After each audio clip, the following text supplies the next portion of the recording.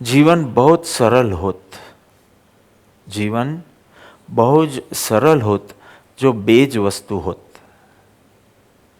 Beige तथ्य होत, सत અને અસત. સત એટલે છે, અસત એટલે નથી. જો આ બે ચીજો તો આપણે કહી શકીએ કે યુનિકોર્ન કે સ્કાય લોટસ, આકાશ કુસુમ નથી અને આ છે અને નથીમાં જો વિભાજન હોત તો જીવન બહુ સરળ હોત. તકલીફ તો ત્યાં શરૂ થાય છે કે જ્યારે કોઈ વસ્તુ નથી એમ બી નથી કહી શકતા અને છે એમ બી નથી કહી શકતા. અસ્તિત્વના જો બે જ વિભાગ હોત, સત અને અસત, તો બહુ સિમ્પલ હોત. પરંતુ આ ત્રણના કારણે જીવન એકદમ જટિલ બની જાય છે અને ત્યાં આખો સાધના માર્ગ રહેલો છે. સત અને અસતમાં નહીં. પણ જે માટે તમે સત પણ ન કહી શકો, અસત બી નહીં કહી શકો, નથી બી નહીં કહી શકો, છે બી નહીં કહી શકો. એક અર્થમાં છે પણ, પરંતુ બીજા અર્થમાં નથી પણ.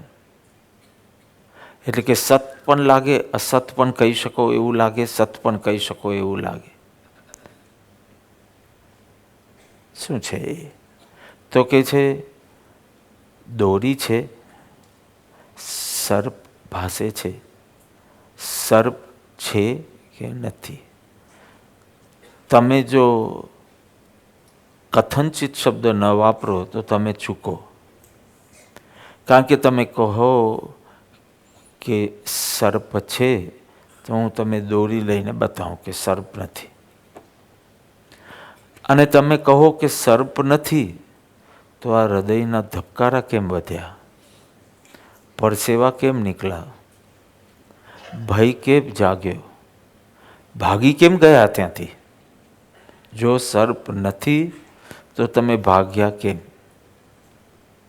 તો એ સર્પ માટે તમે શું કહેશો? એ સત છે કે અસત છે?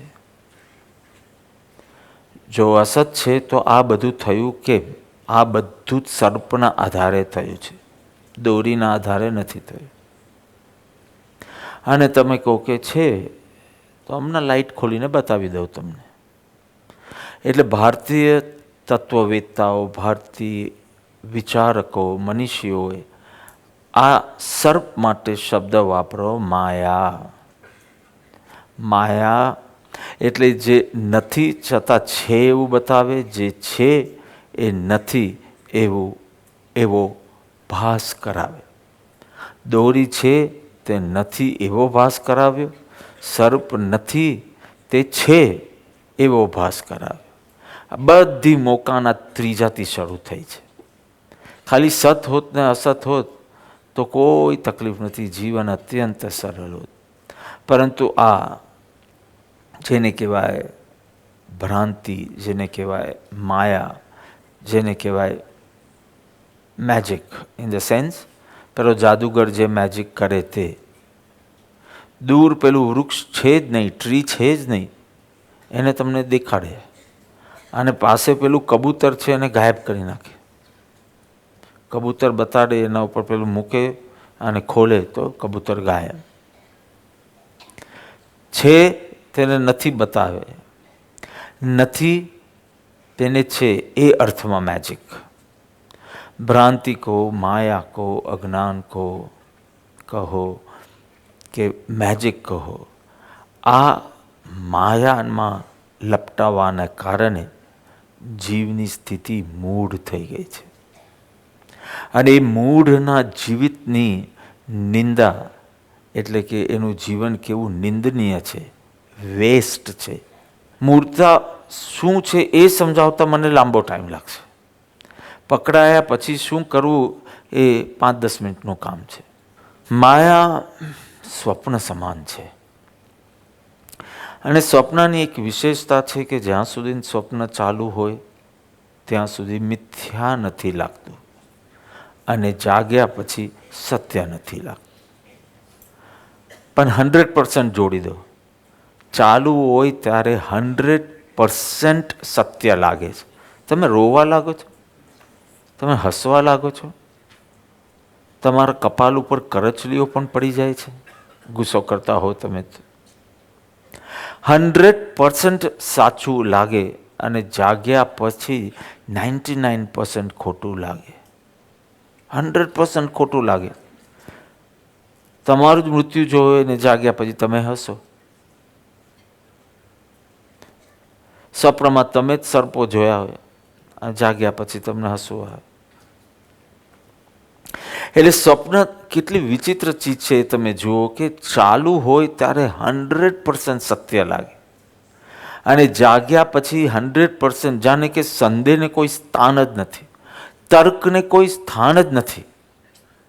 સ્વપ્નમાં તર્ક હોય જ નહીં. સ્વપ્ન જોતા જોતા જો તમને સંદેહ જાગ્યો કે આ સ્વપ્ન છે, ત્યાં તો તૂટી ગયું સ્વપ્ન. એ અવસ્થાને જ્યાં તમને સ્વપ્નો ઉપર સંદેહ થાય એ અવસ્થાને જાગ્રત અવસ્થા કહેવાય. એટલે સ્વપ્નમાં સંદેહને અવકાશ જ નથી, કારણ કે તર્કને જ અવકાશ નથી. એટલે કે કેટલું પ્રભાવશાળી હશે આ સત્ય સ્વપ્ન કે એ સંપૂર્ણ સત્યથી તમને ડિસ્કનેક્ટ કરી નાખે. એટલે પશ્ચિમના પહેલા વિચારક બર્કલે કીધું, હુ નોઝ, હમણાં જે ચાલી રહ્યું છે એ કોઈ વાર સ્વપ્ન હોય. કેટલી વખત એવું નથી બનતું અચાનક હું તમારા ઘરે આવી જાઉં તો યુ સ્ટાર્ટ પિન્ચિંગ યોર સેલ્ફ કે મને સ્વપ્ન જેવું લાગે, સ્વપ્ન જેવું લાગે. સ્વપ્ન જેવું લાગે છે એટલે કે બર્કલ બહુ સુંદર રીતે વાત કરે છે. શું ભરોસો કે અત્યારના જે ચાલી રહ્યું છે એ સ્વપ્ન છે કે હકીકત છે? કારણ કે સ્વપ્નમાં આટલું જ સત્ય લાગે છે જે તૂટ્યા પછી તમને મિથ્યા લાગે છે. કોઈક વાર આ સ્વપ્ન તૂટે અને પછી તમને લાગે કે આવું કંઈક હતું જ નહીં, આવું અમે કંઈ સત્સંગ કર્યો જ નહોતો, આવું કંઈ હતું નહીં, બધું સ્વપ્ન. કારણ કે ગમે તેવો ભિખારી હોય અને એ સ્વપ્ન જોએ, ભિખારીનો ખેદની જ વાત કરું છું, અને એ સ્વપ્નમાં સમ્રાટ બને ત્યારે એને અંશ માત્ર પણ સંદેહ નથી હોતો કે હું સમ્રાટ નથી. અથવા તો કોઈક સમ્રાટ સ્વપ્ન જુએ અને એ સ્વપ્નમાં એ ભિખારી હોય, ભિખારીને અંશ માત્ર સંદેહ નથી સ્વપ્નમાં કે એ ભિખારી છે અને હું તો ખાલી એમને સ્વપ્ન જોઉં. Because is not the dreaming, I am talking of નિદ્રામાં જે સ્વપ્ન દેખાય. અને પેલા સમ્રાટને જ્યારે ભિખારીનું સ્વપ્ન આવે ત્યારે he is totally disconnected with reality, સમ્રાટપણું. એટલે સ્વપ્ન કેટલું પ્રભાવશીલ છે એ તમે જુઓ કે સત્ય સાથે તમને ફૂલી ડિસ્કનેક્ટ કરી શકે. વાસ્તવિક જે છે એ બિલકુલ સ્વપ્નમાં ન હોય એવું બની શકે. સ્વપ્ન કેટલું પ્રભાવશાળી, સ્વપ્નને તો તમે જાણો છો, સ્વપ્નને તો તમે સમજો. જ્ઞાની કે છે આ માયા પણ એટલું પ્રભાવશાળી છે, it can totally disconnect you from actually who you are. તું શુદ્ધાત્મા, pure and peaceful and powerful soul છે અને એમાંથી તને પતિ બનાવી દે, પિતા બનાવી દે, ગ્રેન્ડફાધર બનાવી દે, એવા બ્રહ્મા નાખે કે તારા માટે જ જાણે આ સર્ગ ન હોય. મૂળના જીવનની નિંદા કરી છે કે તું મરે તો બિલકુલ દુઃખની વાત નથી, તારું આ આયુષ્ય પૂરું થાય તો સારું. કારણ કે આ તું તણાયા જ કરે છે અને બંધ કરે છે. તો અત્યંત પ્રભાવશાળી છે કારણ કે બિલકુલ સંદેહ નથી, બિલકુલ સંદેહ નથી. એટલે હું અત્યંત પ્રભાવશાળી. જેવો સંદેહ જાગ્યો કે ખરેખર હું આ છું કે હું આત્મા છું, આટલો સંદેહ જાગ્યો ત્યાં તો સ્વપ્ન વિખરવા લાગ્યું. વાત ક્લિયર થાય છે? તો આ માયા મનનું પ્રક્ષેપણ છે. કરોલિયો જ એના અંદરમાંથી પેલો તાર કાઢે અને પછી આમ આમ આમ આમ કરતો કરતો કરતો આખું જાલું બનાવે. બહારથી કંઈ નથી બનતું. No material from outside, total material is from him. Total material એ જ એનું ઘર, એ જ એનું પથ, એ જ એનું ભોજન. કારણ કે જાલામાં જે બી જીવડા ફસાય એ જ એનું ભોજન. અને એ જ એના વિનાશનું કારણ કે પવનનો જરાક ઝપાટો આવે ને એટલે કરોલિયું તૂટે અને એ જાલ જ એના ઉપર પડે અને ગુંગલાઈને મરે. એનું જ પ્રક્ષેપણ, પ્રોજેક્શન એના વિનાશનું કારણ બને છે. હે જીવ, તારું જ આ પ્રક્ષેપણ તારા વિનાશનું, વિકારોનું કારણ બને છે. વાત ક્લિયર સમજાય છે કે પોતાનું જ મટીરિયલ અંશ માત્ર પણ બહારનું મટીરિયલ નથી. આ માયા જે ભવો ભવથી રખડાવે છે એ માયાનું material is totally provided from your mind. મનનું જ પ્રક્ષેપણ છે અને એ મનની જ ક્ષમતા છે. તો જો વિનાશનું કારણ છે તો જીવની રચના કેમ કરતો હશે, પ્રક્ષેપણ કેમ કરતો હશે? કારણ કે એમાં સુખ બી છે અને દુઃખ બી છે. એમાં સુખ ન હોય તો મનુષ્યના સંદર્ભમાં વાત ચાલે તો મનુષ્ય એનું નિર્માણ જ કેમ કરે જો સુખ ન લાગતું હોય? કોઈ પણ ચેષ્ટા સુખ ભાસે તો જ જીવ કરે.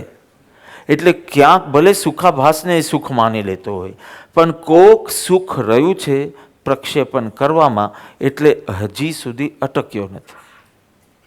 અને દુઃખ પણ રહ્યું છે એટલે એનાથી મુક્ત થવા માટે તું સત્સંગમાં આવ્યો છે. તું અહીંયા બેઠો છે એ જ બતાડે છે કે તને એટલું તો ભાન છે કે આ માયાથી મુક્ત થવું છે, કારણ કે માયા મને દુઃખરૂપ છે. એટલે સુખરૂપ છે એટલે હજી કર્યા કરે છે વસ્તુ પર, વ્યક્તિ પર, પરિસ્થિતિ. હા, કરોલિયાને બે દિવાલની જરૂર પડે. તેવી રીતે તારે પણ આ પ્રક્ષેપણ માટે કોઈને કોઈ દિવાલ જોઈશે, કોઈને કોઈ ખૂટી જોઈશે, કોઈને કોઈ વ્યક્તિ જોઈશે, કોઈને કોઈ વસ્તુ જોઈશે, કોઈને કોઈ પરિસ્થિતિ જશે. એકદમ હવામાં અદ્ધર નહીં થાય. કંઈક સપોર્ટથી પછી આખું જાલું ભલે અદ્ધર હોય પણ કોઈક સપોર્ટ જોઈશે. અને એ કોકના કોક કારણે જ્યારે તકલીફ તો ત્યારે શરૂ થાય જ્યારે તારું આ પ્રોજેક્શનમાં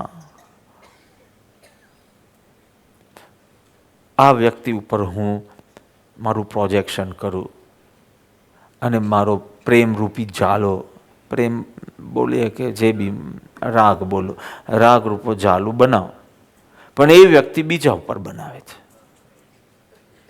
એટલે મારી જે અપેક્ષાઓ છે એ પૂરી થતી નથી. અપેક્ષા પૂરી થતી નથી ત્યારે તકલીફ શરૂ થાય.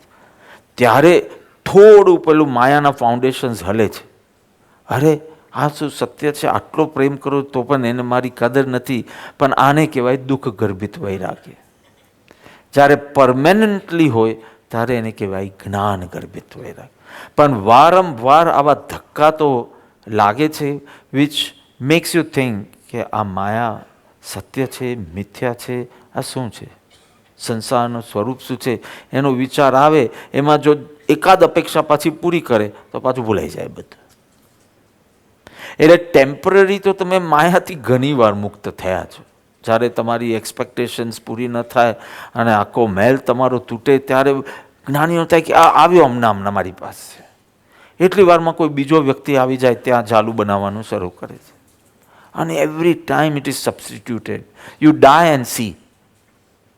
તારા વિના જે ચાલતું નથી, યુ ડાય એન્ડ સી. મેં કીધું કે મારે આ વખતે ફૂટબોલ બનાવ. મેં તો અરે તારા વિના એ લોકો કેવી રીતે કરશે? તો કે બાપા તમને એવો ભ્રમ છે, મને નથી. ના, મને ભ્રમ નથી એવો કહે. પણ મને થાય હજી એકાદ વર્ષ થોડું માર્ગદર્શન કરી લે, પછી આમાંથી જ ઊભા થશે બધા.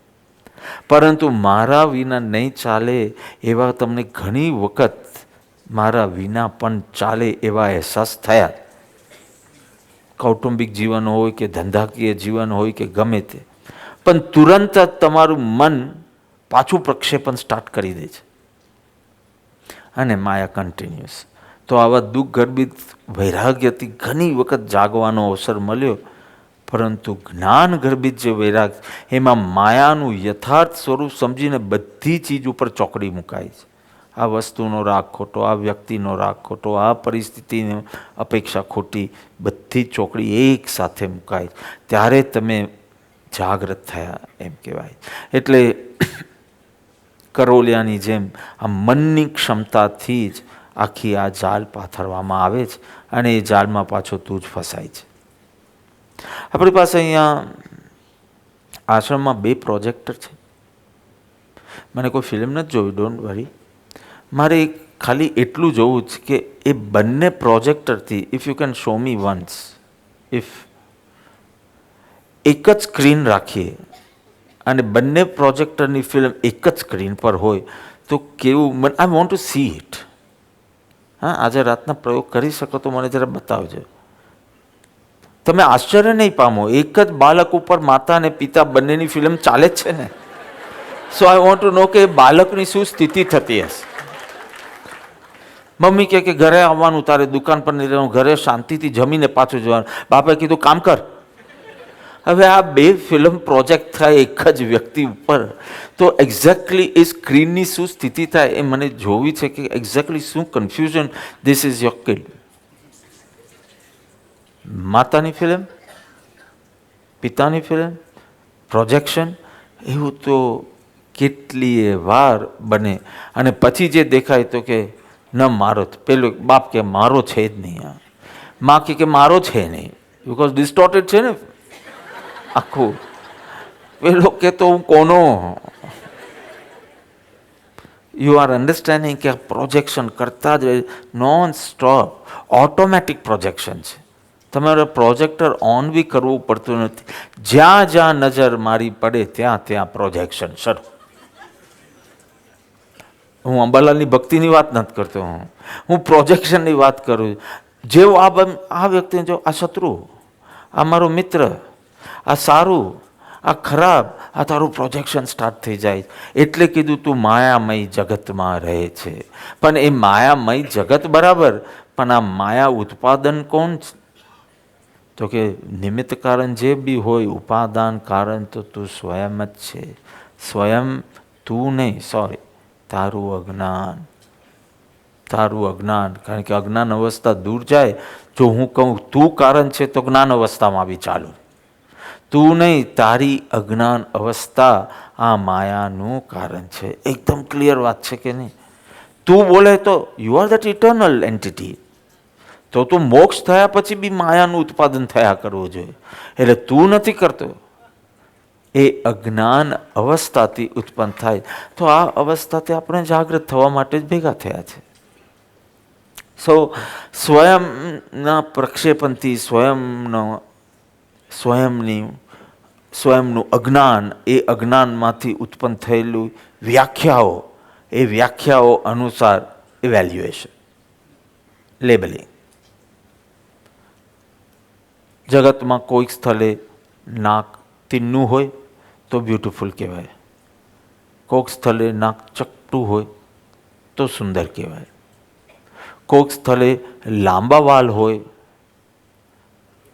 તો સુંદર કહેવાય, કોઈ જગ્યાએ બોડકું હોય તો સુંદર કહેવાય, કોઈ જગ્યાએ સફેદ રંગના હોય સ્કિન ટેક્સચર તો સુંદર કહેવાય, કોઈ જગ્યાએ શ્યામ વર્ણ. અને રામકૃષ્ણ વખતે ડાર્કની ફેશન હતી, એટલે એ લોકો એ ડાયમાંથી નીકળ્યા છે, રામ અને કૃષ્ણ બંને. અને બ્લેક કરે તો રાક્ષસ જેવા લાગે, એટલે આપણા કોમિક્સમાં બ્લુ કલર હોય છે. બ્લેક કરે તો તમને એમ લાગે કે આ જ રાક્ષસ છે, કોનો વધ કરશે, એટલે બ્લુ કલર કરે. પણ હકીકતમાં રામકૃષ્ણના વર્ણ શું હતો તે વખતે એ ફેશન હશે. જેમ અત્યારના એ ફેશન પાછી આવી છે ને, બધા પરદેશીઓ તમે સમુદ્ર તટ પર જુઓ કે શું કરે છે, તો કે અમે ચામડી કાલી કરીએ છીએ. હું મારી રીતે વાત કરું છું જરા ક્રૂડલી, તમારી ભાષામાં ટેન કે જે બી બોલાતું હશે, પણ ધોળાનું કાલું કરવાની ફેશન પાછી આવી છે. હવે એમાં સુંદરતા ભાસે છે. જુદી જુદી વ્યાખ્યાઓ, અજ્ઞાનમાંથી નીકળેલી જુદી જુદી અજ્ઞાન અને ભવના જેવા સંસ્કાર હોય એવી વ્યાખ્યાઓ બને, અને એ વ્યાખ્યાના કારણે એવા પ્રકારનું પ્રોજેક્શન બને. પછી લેબલિંગ થાય, પછી તો સિલસિલો ચાલ્યા કરે. પ્રક્ષેપણ, અને ખાલી પ્રક્ષેપણ પર મન અટકતું નથી, પ્રભાવ. તારા જ પ્રક્ષેપણનો તારા ઉપર પ્રભાવ પડે. નાઉ ઇમેજિન આ ટ્રેજેડી કેવી છે. તું જ પ્રક્ષેપણ કરે અને પછી તું જ પ્રભાવક, તું પ્રભાવિત થાય. પણ તને ભાન નથી કે આ તારું જ પ્રક્ષેપણ છે. તું એને શત્રુ કે છે એટલે એને જોઈને તને દ્વેષ જાગે, તું એને મિત્ર કે છે એટલે એને જોઈને રાગ જાગે છે. કેવડીને કશું નથી જાગતું કે હું આને જોઈને થાકી ગયો, ન રાગ થાય ન દ્વેષ થાય છે. સી ધ હોલ કરોલિયાનું જાલું જુઓ તમે, તમને લાગે પેલો એવો છે કે પેલો આવું કરાવે છે કે કરે છે, એકચ્યુઅલી તારું પ્રક્ષેપણ કરાવે છે. ભયંકર છે આ પ્રક્ષેપણ. અને when I was studying psychology during my MA, તો અમારે ફ્રોઈડની સાયકોલોજીનું એ કરવાનું હતું. So he comes up with a term narcissist. અને એની હિસ્ટ્રી શું છે કે there was a person in Greek called Narcissus. અને એ નાર્સિસિસ એક વખત એનું મુખ જોયું સરોવરમાં, and he fell in love with it. ખુદના પ્રેમમાં પડી ગયો. અને બીજી વખત એનું મુખ જોવા માટે, જેને એ પ્રેમ કરે છે એનું મુખ જોવા માટે ભટકતો રહ્યો, પણ એવો કોઈક સરોવર એને પ્રાપ્ત ન થયું. તો દુઃખી સ્વયંથી પ્રભાવિત. આ બી એક પ્રકારનો મેન્ટલ ડિસઓર્ડર છે. You fall in love with yourself. So when I was studying the poems of Byron, અમે સ્કૂલમાં હતી, તો વી વર ટોલ્ડ કે બાયરન મેરિડ સેવરલ ટાઈમ્સ. એટલે આપણે થયું કે હશે એવી એનું જે બી કામવાસના એટલી તીવ્ર હશે કે એવી ભૌતિકતા હશે. એટલે if I'm not mistaken, 8 times he married 8 times. 8 વખત મેરેજ કરે હશે, એની એવી જાતની જ વૃત્તિ હશે. તો કે નો, he was in love with himself. So he would fall in love with someone so that his lover would tell him, you are very handsome. એ સાંભળવા માટે વારંવાર પરંતો હતો. You are so much in love with yourself, you want to hear your praises. એ કોણ કરે કે જે તમારા પ્રેમમાં હોય તે, એટલે એ પ્રેમમાં પડતો તો એને પેલા વ્યક્તિ સાથે કોઈ પ્રેમ જ નહોતો. એ જેવો પેલી બોલી લે કે you are handsome and you are the most handsome person in the world, પછી એને છોડી દે. પ્રક્ષેપણ હંમેશા બહાર નથી થતું. પ્રક્ષેપણ પોતે પણ એક સ્ક્રીન છે, અને પોતા ઉપર બી પ્રોજેક્શન કરે. હું હોશિયાર છું, હું આ છું, હું સ્પિરિચ્યુઅલી હાઈ છું, હું આ છું. એ પ્રક્ષેપણ કરે ને એનાથી પોતે જ પ્રભાવિત થાય પાછું. આ બધા શુષ્ક જ્ઞાનીને બધા ક્યાંથી નીકળ્યા? પ્રક્ષેપણમાંથી. પોતે જ પ્રક્ષેપણ પોતા ઉપર કરે. See this narcissist was a mental disorder અમારે ભણવામાં તો, કે તું પોતાના જ પ્રેમમાં એટલો પડ્યો છે, ઘેલો થયો છે, અને એ વારંવાર પોતાનું સ્વરૂપ કે પોતાની પ્રશંસા પ્રાપ્ત કરવા માટે તું બધા સાથે સંબંધો બાંધે છે. તો શુષ્ક જ્ઞાની તો આ જ કરે છે ને. એકને મૂંડતો જાય, એની પાસેથી પ્રેઝિસ લેતો જાય, બાકી એને દીઠો રસ નથી, બિલકુલ રસ નથી. એના પ્રેઝિસમાં રસ છે. Are you getting it? કે માયા કઈ હદ સુધી તમને સત્યથી વિમુખ રાખે છે. મેં કીધું સત ને અસત હોત તો કોઈ પ્રોબ્લેમ જ નહોતો. છે નથી, પણ આ તો એવું છે કે છે કે નથી. કારણ કે આ પ્રશંસા સાંભળીને હું બહુ ખુશ રહું છું.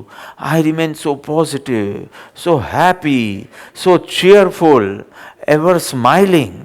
મારા વખાણ કરો. હું 3-4 દિવસ સુધી એક જ ભાવદશામાં રહીશ. પણ એની પાછળ આખું આ માયાનું કૌભાંડ છે, માયાની આખી રમત છે, માયાની જાળ છે. 4-5 જણને તું એવું પ્રભાવિત કરી દે કે ભાઈ એ લોકોએ એમ બોલવાનું કે તમે બહુ ઇન્ટેલિજન્ટ છો. હવે પ્રોબ્લેમ એ છે ને કે હું એ 4-5માં આવવાનો નહીં. એટલે હું કહું કે તારા જેવો ડોબો મેં જોયો નથી. આખું જગત કહે છે કે હું તો ઇન્ટેલિજન્ટ CEO છું, ઇન્ટેલિજન્ટ અને વેલ સ્પોકન અને બહુ સારો. અને મેં તો કે આ શું બોલે છે, એના બોલવામાં કોન્ટ્રડિક્શન છે, એના આમાં આ છે, એનું પેલું છે. એટલે અહીંયા તારું જામતું નથી, અને જો જામી જાય તો તારી માયાની જાળ તૂટી જાય.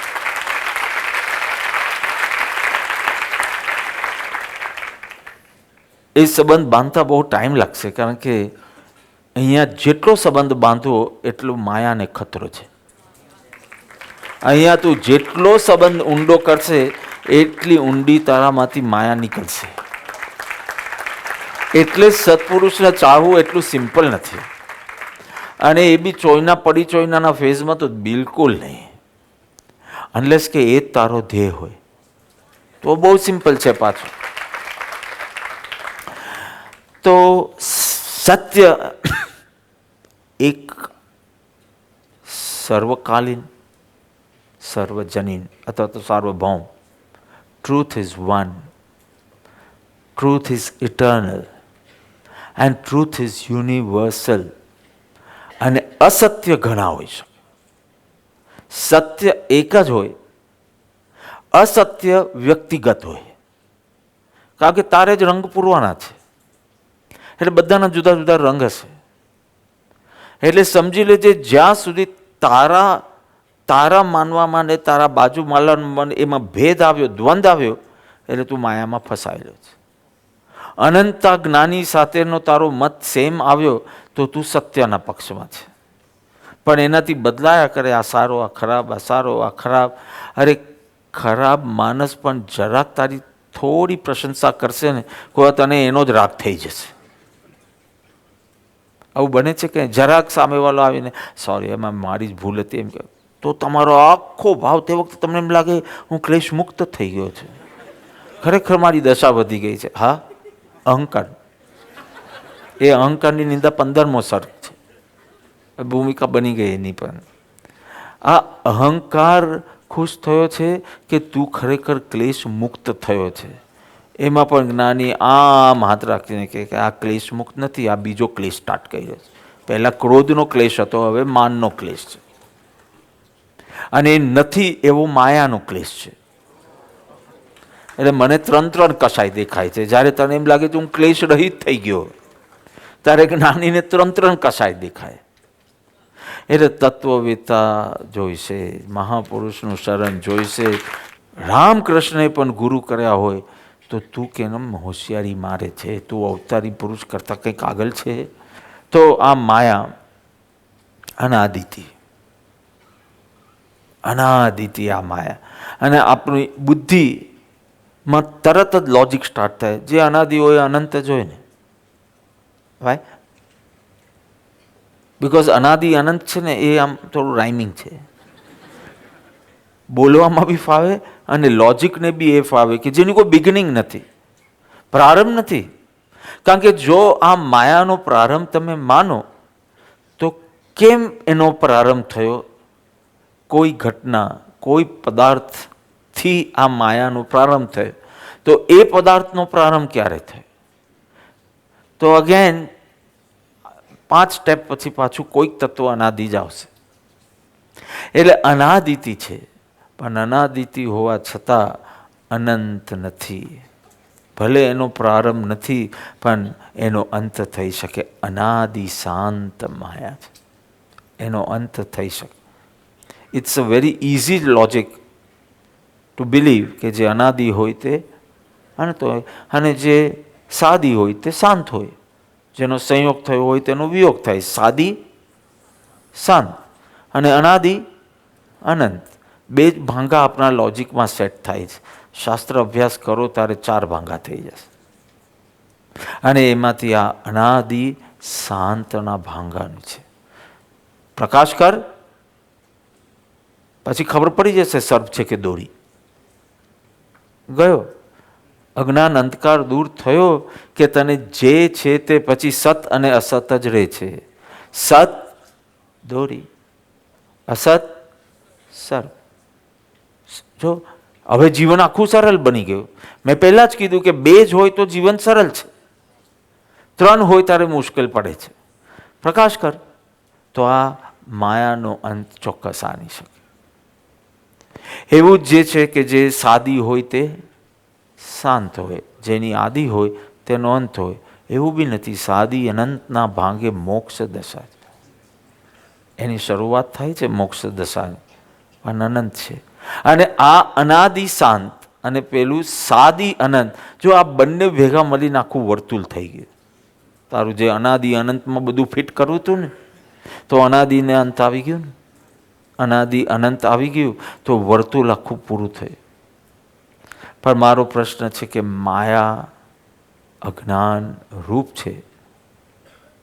માયા ક્યાં છે? તમને શું દેખાયું? સર્પ દેખાયો કે દોરી? સર્પ. તો આ સર્પ જે દેખાયો એ માયા છે. તો એ માયાનું કારણ ક્યાં રહેલું છે? એ તો આજે કહો છો, હમણાં કહો છો કે એ મારામાં રહ્યું છે. તે વખતે તમે એમ જ કહેતા હતા કે ત્યાં રહ્યું છે. બધું પેલાના કારણે આ ધબકારા વધ્યા. ભય જાગ્યો, ભાગવાનું મન થયું, વિકાર જાગ્યો, ક્રોધ જાગ્યો. આ બધું બહાર હતું. હવે હમણાં તમે ડાયા થઈ ગયા છો, હા ડાયા જ રહેજો. હવે હમણાં આટલો ડિફિકલ્ટ ક્વેશ્ચન ફિલોસોફર્સના પણ પસીના પડે એવો કે આ માયાનું મેટર ક્યાં છે? તો તમે કેટલી સહેલાઈથી કહો, તમે ચોક્કસ કોઈ મહાપુરુષના શરણમાં બેઠા છો. કારણ કે આ જવાબ માટે તો પરસેવા થાય એવું છે કે ત્યાં છે કે અહીંયા છે. અને તમે તો કેટલું ઇઝીલી કહી દીધું કે એ તો મારા મનમાંથી નીકળ્યું છે. કારણ કે અંધકાર હતો, અંધકારના કારણે હું સ્પષ્ટ જોઈ શક્યો નહીં. જે અસ્પષ્ટ મને દેખાયું એનું સદું જ કનેક્શન મને પૂર્વે સાપ દેખાયેલો એની સાથે થયું, એ સંસ્કાર સાથે જોડાઈ ગયો. અને સર્પથી મને હંમેશા ડર લાગે. તો મને ખબર જ નથી કે લાસ્ટ જે સર્પ જોયેલો એનો આ ડર છે કે હમણાં જે સર્પ જોયેલો એનો ડર છે. હમણાં તો છે જ નહીં. C now Maya is confusing. હા, માયાનો અંત ઇઝ વેરી ઇઝી, પણ માયા ઇઝ કન્ફ્યુઝિંગ. તમને સમજ જ નથી પડતી કે જે ચીજ ત્યાં નથી એનો વિકાર કેવી રીતે જાગ્યો મને. તો હવે તો મતલબ એ થયો કે વિકાર માટે ક્યાં ત્યાં સર્પની જરૂરત છે, એમ જ થયો ને એનો અર્થ. વિકાર માટે કોઈ ઘટનાની જરૂર જ નથી. વિકાર માટે કોઈ વસ્તુ કે વ્યક્તિની જરૂર જ નથી. માયા સ્વયં અજ્ઞાન રૂપ છે. ભીતર જ એનું કારણ. બહુ સિમ્પલ વાત છે. અને એવી રીતે ક્યારેક ગડબડ પાછી સર્પમાં દોરીની બી કરી તુલસીદાસે. પત્ની ગઈ પિયર, હજી એક દિવસ બી પૂરો થયો ને, અને એનો વિરહ સહન ના કરી શકે. મુશળધાર વરસાદ. જાય છે એના સાસરે, એના પત્નીના પિયરે પણ પોતાના સાસરે. અને કોઈને ખબર ન પડે એવી રીતે એના ખંડમાં જવું છે. એનો રૂમ ફર્સ્ટ ફ્લોર પર છે. ચડવું કેવી રીતે? આખી સ્કાય વિલા છે કે બધી લિફ્ટ ગોઠવી હોય? સ્કાય વિલા નહોતું તે, તો લિફ્ટ નહોતી. કેવી રીતે જવું? ત્યાં એક સર્પ લટકતો હતો, પણ વિકારની દ્રષ્ટિથી he just wanted some support to climb. તો વિકારની દ્રષ્ટિએ એને સર્પ ન દેખાડ્યો, દોરી દેખાડી. પકડીને અંદર ચાલ્યા ગયા. તો ખાલી આ સર્પની દોરીનો પ્રોબ્લેમ નથી. કહેવા દોરીને સર્પ અને કોક વાર સર્પને દોરી. જે છે તે ન દેખાડવું અને જે નથી તે દેખાડવું એ માયાનું કામ છે. એટલે કીધું માયા અજ્ઞાન રૂપ છે. માયા તુચ્છ અને મિથ્યા છે. આત્મસિદ્ધિ શાસ્ત્ર કહે છે માયા કેવી છે? તો કે એંઠવત જેવી તુચ્છ છે અને સ્વપ્ન જેવું મિથ્યા છે. આ સંસાર, સકલ જગત તે એંઠવત અથવા સ્વપ્ન સમાન. તો કે મને તો તમે તુચ્છ કહો છો, મને તો મીઠું લાગે. બોલો મીઠું લાગે છે કે નહીં? બબલું મીઠું લાગે છે કે નહીં? અજ્ઞાની કહે છે તુચ્છ છે. તો મને કેમ મીઠું લાગે? તો કે તે ઘરની ખાંડ નાખી છે એટલે, તારા મોંની ખાંડ નાખી છે એટલે. જેવો મોં નીકળી જશે ને એ જ ફિક્કું લાગશે, એ જ ફિક્કું લાગશે. સમજાય છે? તું ખાંડ નાખે, ચા હોય એની સાથે તું પેકેટ લાવ્યો હોય એને તું નાખે તો કે બહુ ગળ્યું થઈ ગયું. હા તો તે ન નાખ્યો તો ના થાત, તો તું દ્રષ્ટા ભાવે જ રહે. તારો બબલું બબલી જે બી હોય બધા મને ઠેર ઠેરથી ફોટા મોકલાયા કરે એના, જસ્ટ બોર્ન બેબીઝના ફોટા મોકલાવે કે હવે બેબી 5 મહિનાની થઈ, હવે બેબી 10 મહિનાની થઈ. હું જોઈને મેં કીધું મને તો એટલી મીઠી નથી લાગતી, આમ નોર્મલ ફેસ છે, અને તું તો એના ઉપર જે ઝાપટે છે ખાવાની વસ્તુ ના હોય એવી છે, તો આટલું બધું મીઠું કેમ લાગે તને જ્યારે મને ફીક્કું લાગે છે? તો કે ઘરની ખાંડ નાખી જ ને. એટલે આ મોંની ખાંડ નાખશે ને, હાવ કદરૂપ હોય ને તારો બબલું, તો બી આમ આમ આમ આમ કર્યા રાખશે આખો ટાઈમ. પણ જેવો જાગૃત થશે ને એ ફીક્કું લાગશે. સ્ક્રીન તુચ્છ છે, પણ ફિલ્મ નાખી નાખીને તે બહુ એટ્રેક્ટિવ બનાવ્યું. પછી આમનો આમ જોયા કરે, ચલો સ્ક્રીન છે અહીંયા, બધું શટ કરી નાખો, જે એના ઉપર આવતું એ શટ કરી નાખો. આ લોકો કેટલી એકાગ્રતાથી સ્ક્રીન જોવે છે, તે હવે એકાગ્રતાથી જુઓ. તો કે બાપા હવે કંઈ જોવા બંધ થયું કે નહીં થયું? એ જ મુકાન છે ને, આ લોકો માયાથી પાર જ નથી થઈ શકતા. ગયું? જુઓ, એકાગ્રતાથી જુઓ. તો કે બધું ફિક્કું લાગે છે બાપા, સામે શું જોઈએ? ફિક્કું લાગે, બસ. ચાલો, આ મોહનું પ્રોજેક્શન સુધી બધું જ એકાગ્ર ચિત્તે તું જુએ છે, નેગેટિવ સેન્સમાં, તન્મયતાના સેન્સમાં. પણ જેવી એ ફિલ્મ બંધ થાય છે જ્ઞાનીના બોધથી, પછી તમને લાગે છે આ સ્ક્રીન સામે હું શું જોઉં? રામની આ તો દશા હતી કે મને બધું હવે સ્ક્રીન દેખાય તો સ્પૃહા શું જાગે એને જોવાની? એક બે ક્ષણ જોઈ પછી તમને ત્યાં એકાગ્ર થવાનું મન થાય છે? ખાલી સ્ક્રીન હોય તો તુચ્છ અજ્ઞાન રૂપ છે, તુચ્છ છે, મિથ્યા છે, અને છે પાછું તારું જ સર્જન. અને વિલય થતા કોઈ માણસ જતો હોય અને એને ખાલી બેહોશીની એક દવા આપી દો ક્ષણવારમાં. મારે ત્યાં ઓટીમાં લઈ ગયા, પછી જે મારો એનેસ્થેસિયા આપવાના તે બેન કાંઈક પરિચિત હતા અહીંયા, એટલે મને તો એટલું ખબર છે કે હું ગ્રીન ગ્રીન બધું હતું ચારે બાજુ, અને આ પિચ ડાર્ક હતું, અને ફટકરની પેલી લાઇટો કરી એ બરાબર લાઇટ દેખાય, અને હું એકદમ મારા ભાવમાં એકદમ સ્વસ્થ હતો. ત્યાં ડૉક્ટર ભટ્ટા આવ્યા કે સબ અચ્છા હો જાયગા, સ્માઇલ કર્યું. પછી ડૉક્ટર હિતેશ કંઈક હતા કે બાપા બધું સારું થઈ જશે. મેં કીધું તમને મને આશ્વાસન આપવાની ડ્યુટી નથી. મેં એમને ભૂલમાં ભક્તના રોલમાં જો તમે બી બોલ્યા હતા ને એવું કે બાપા બધું સારું થઈ જશે. મેં કીધું મને આશ્વાસન આપવાની જરૂર નથી, યુ રિમેન ઇન યોર શિષ્ય રોલ. આમાં ગ્રીન ગ્રીન પહેરે એટલે પોતાને શું સમજે છે?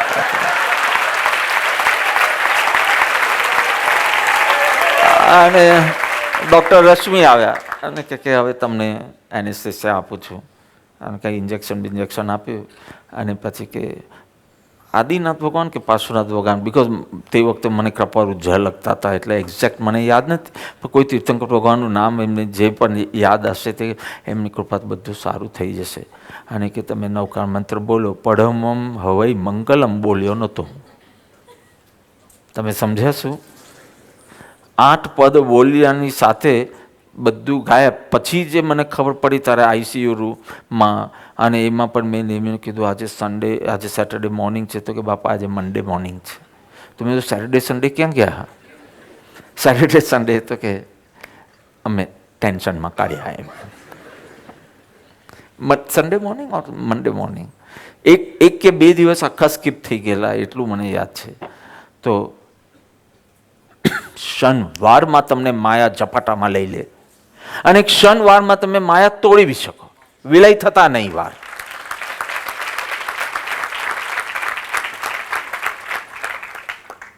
બેઝ બનાવી રહ્યો છો કે મૂર્ખ કોણ છે, ને અહીંયા મૂર્ખ એટલે મૂડની વાત છે, પણ મૂર્ખ અને મૂડમાં ફેર છે.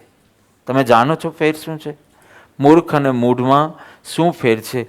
મૂર્ખ એટલે અશિક્ષિત, અને મૂડ એટલે માયાયુક્ત. અશિક્ષિત હોય ને માયાયુક્ત હોય બની શકે, અત્યંત બુદ્ધિશાળી હોય અને માયાયુક્ત હોય બની શકે. એવી રીતે બીજા બે. મૂર્ખ હોય દુનિયાનું જ્ઞાન ના હોય, કોઈ બી વિષયનું બાહ્ય વિષયનું ન હોય, પણ માયાથી મુક્ત થયો બની શકે. અને એક્ઝેક્ટ મૂર્ખ શબ્દ ન વાપરું, પણ આપણા સંતો જોઈએ તો કબીર, દાદુ, મૂર્ખના સેન્સમાં નહીં લેતા, અશિક્ષિતના સેન્સમાં લેજો. આજે એમના દોહાઓ, બુલ્લે શાહ અને બધા તમને સમજ નથી પડતા ને, કલામ ને આ બધું, એનું કારણ એટલી ક્રૂડ ભાષા છે ને તમે બહુ લિટરેટ છો એટલે તમારી બહુ સોફેસ્ટિકેટેડ ભાષા છે અને એ લોકો એટલું ભણ્યા નથી. કબીર, દાદુ, ફરીદ, એટલે એ લોકો એકદમ રસ્ટિક ભાષામાં જે બોલ્યા એ તમને ક્યાંથી સમજાય? તો અશિક્ષિતની દ્રષ્ટિએ આઈ એમ ક્લિયરિંગ, મૂર્ખ એ અશિક્ષિતની દ્રષ્ટિએ મૂર્ખ, પણ માયાથી મુક્ત, એટલે મૂઢ નહોતા. અને મૂર્ખ તમે કહો કે મેથેમેટિક્સમાં કેટલા લાવતા હતા? નરસિંહ મહેતા કેટલી વાકલા? તો કે એવરી ટાઈમ ફેલ. અરે એટલી બી બુદ્ધિ નહોતી નરસિંહ મહેતામાં. હા, પણ એ જાગીને જોયું ને જગત દીસ્યું નહીં ને એમને. અને તને હજી ઊંઘમાં અટપટા ભોગ વાસે છે ને. એટલે અશિક્ષિતના અર્થમાં મૂર્ખ, નોટ ફુલિશના અર્થમાં, પણ અશિક્ષિત. તો મૂર્ખ હતા પણ મૂઢ નહોતા. તું બુદ્ધિમાન હોય કે અશિક્ષિત હોય, તું માયાયુક્ત છે એટલે મારા માટે તું મૂળ છે.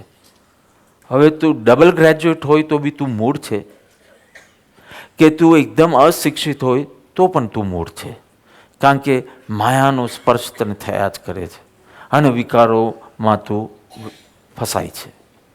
તમે સમજ્યા? મૂર્ખ અને મૂળ. તો મૂર્ખનું ઓપોઝિટ શું છે? બુદ્ધિમાન. બુદ્ધિમાન વિચારવાન નહીં, બુદ્ધિમાન. એના વિષયનું જબરજસ્ત નોલેજ, પરંતુ કોઈ ઘટના ઘટે તો હર્ષશોકમાં ચાલ્યો જાય છે. એટલે જ્ઞાની કે છે આવો મૂડ આવ્યો, હે બધા જ્યાં જાઉં ત્યાં રેડ કાર્પેટ હોય ને મને હાર તોલા કરે, તો એ તો બરાબર, પણ એ કોઈ માયા તરફ નથી જોતા, તારી ડિગ્રી તરફ જોઈએ છે, તારા પરફોર્મન્સ તરફ જોઈએ છે. અને હું તારો માયા જોઉં છું, એટલે હું કહું છું એ મૂડ આવે. અને ક્ષમાપણા પણ શું કહે છે? હું મૂળ છું. તો કે હવે મૂર્ખ ન હોવું એ ઇમ્પોર્ટન્ટ જ રહ્યું નથી. હવે ઇમ્પોર્ટન્ટ એ રહ્યું છે કે હું કેટલો મોહથી પીડાવ છું. એટલે જો સંતોની કેવી વાત સેમ આવે, હું મૂળ છું, હું મૂર્ખ છું બી હોતે તો આપણા માટે તો સેમ જ મિનિંગ હતો જાણે, પણ ત્યાં કેવો ઉપયોગ કે હું મૂળ છું એટલે કે માયામાં લપટાઈ જાઉં છું, લપટાઈ ગયો છું. અને એ જ શ્રીમદ શંકરાચાર્ય બી કે મૂઢ મતે, મૂર્ખ મતે બી એમ બોલી શકતે, પણ કે મૂર્ખ તું ઓછો શિક્ષિત હોય એની સાથે શું સંબંધ છે? તો મૂર્ખની સામે છે બુદ્ધિમાન અને મૂઢની સામે છે જ્ઞાની, જ્ઞાન દશા. બરાબર સમજો? મૂર્ખની સામે શિક્ષિત, બુદ્ધિમાન, હોશિયાર, અને મૂઢની સામે, મૂર્ખની સામે પંડિત. ના ના, હું પાસે આવું છું, શુષ્ક જ્ઞાની પાસે આવું છું. મૂર્ખની સામે અને મૂઢની સામે જ્ઞાની, મૂર્ખની સામે શુષ્ક જ્ઞાની અને મૂઢની સામે સમ્યક જ્ઞાની. આપણે વચનામૃતની ભાષામાં આવી ગયા.